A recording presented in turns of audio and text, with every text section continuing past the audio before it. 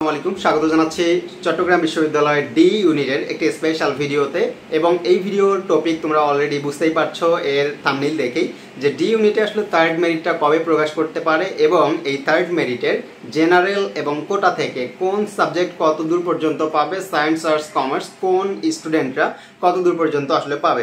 So এটা একদম clear cut একটা আইডিয়া দিব।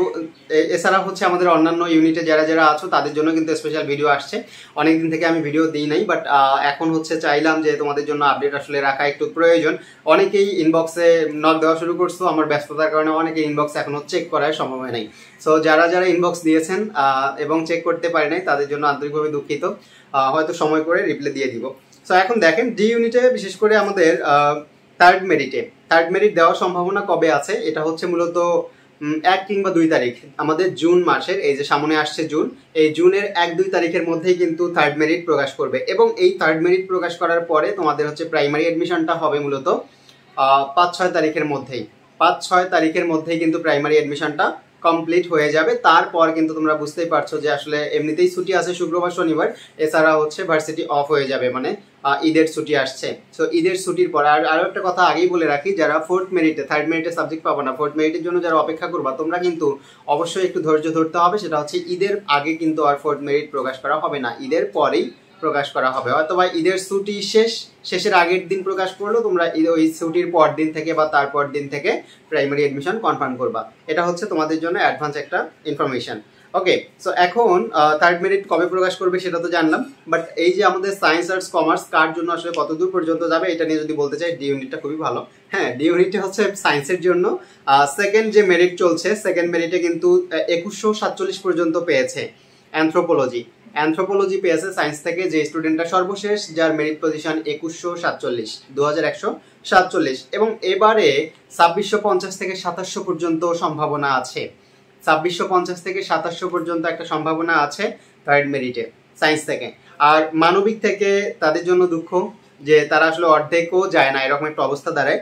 তো মানবিক থেকে কিন্তু অ্যানথ্রোপোলজি পেয়েছে সর্বশেষ 1024 পর্যন্ত এবং সাইকোলজি পেয়েছে, যেটা তাদের একটা মানে পৈতৃক সম্পত্তি বলা যায়। সো কেউ মন খারাপ করিও না। সো সাইকোলজি পেয়েছে হচ্ছে 1153 পর্যন্ত, সাইকোলজি 1153। এবারে থার্ড মেরিটে কিন্তু আমাদের মানবিক থেকে 1200 পর্যন্ত অথবা 1180 পর্যন্ত যারা আছে তারা কিন্তু অ্যানথ্রোপোলজি পাবে, এবং 1250 বা 1240 থেকে 50-এর মধ্যে যারা আছে তারা কিন্তু সাইকোলজি পাবে। এবং ব্যবসায় শিক্ষা থেকে অর্থাৎ আমাদের বিজনেস থেকে যারা আছে এই ডি ইউনিটে, তারা হচ্ছে মোটামুটি সেকেন্ড মেরিটে সাবজেক্ট পেয়েছে 2039 পর্যন্ত। সায়েন্স এবং বিজনেস এই দুটা কিন্তু প্রায় কাছাকাছি ভাবে চলছে, বাট আমাদের আর্টস কিন্তু একদম অর্ধেক 2039 পর্যন্ত গেছে। এবং এবারে 2580 বা 2570 থেকে 2600 পর্যন্ত, 2570 থেকে 2600 পর্যন্ত যারা আছো তারা কিন্তু থার্ড মেরিটে অপেক্ষা করতে পারো। এবং তোমাদের যত কাগজপত্র আছে, যা যা লাগে তোমরা তো দেখেই আসছো আসলে কি কি প্রয়োজন হয়, ওই সেম জিনিসপত্রগুলাই একদম সুন্দর করে রেডি করে রাখো। বিশেষ করে যারা কোটাতে আছো, কোটা এবার বলছি, সো কোটাতে যারা আছো তাদের জন্য অবশ্যই সব কাগজপত্র ভালো করে রেডি রাখতে হবে যদি তুমি চট্টগ্রাম বিশ্ববিদ্যালয়ে ভর্তি হতে চাও। এখন দেখো ডি ইউনিটের কোটার থেকে যদি আমি বলি, অলরেডি FFQ1 ক্লোজড হয়ে গেছে, FFQ1 বন্ধ, এটার আর সুযোগ নাই। এরপরে FFQ2 তে হচ্ছে সেকেন্ড মেরিটে পেয়েছে 102 পর্যন্ত FFQ2, এবং এবারে আমরা মোটামুটি একটা আইডিয়া করতে পারি 140 থেকে 45 পর্যন্ত যাবে থার্ড মেরিটে। WQ 48 পর্যন্ত পেয়েছে সেকেন্ড মেরিটে, এবং এবারে আমরা মোটামুটি বলতে পারি 58 to 60, আমরা ধরতে পারি 60 পর্যন্ত যাবে। টিকিউ কোটায় 47 গিয়েছে, এবং এবারে আমরা বলতে পারি 65 পর্যন্ত যারা আছো তোমরা কাগজপত্র রেডি রাখো। এনটিকিউ ক্লোজড, এরপরে হচ্ছে পিসিকিউ কোটাও মোটামুটি ক্লোজড, তবে একজন পেতে পারে, একজন থার্ড মেরিটে সাবজেক্ট পেতে পারে, বাট থার্ড মেরিটের পরে পিসিকিউ ক্লোজ। এরপর হচ্ছে আমাদের মোটামুটি আর কোনো কোটার সুযোগ নেই, এছাড়া আর কোনো কোটার সুযোগ নেই। এই হচ্ছে ডি ইউনিটের আপডেট। এবং যদি তুমি ডি এর পাশাপাশি অন্যান্য ইউনিটেও আবেদন করে থাকো কিংবা হচ্ছে তোমার মেরিট এসে থাকে, তাহলে তুমি সেটা ওয়েট করতে পারো।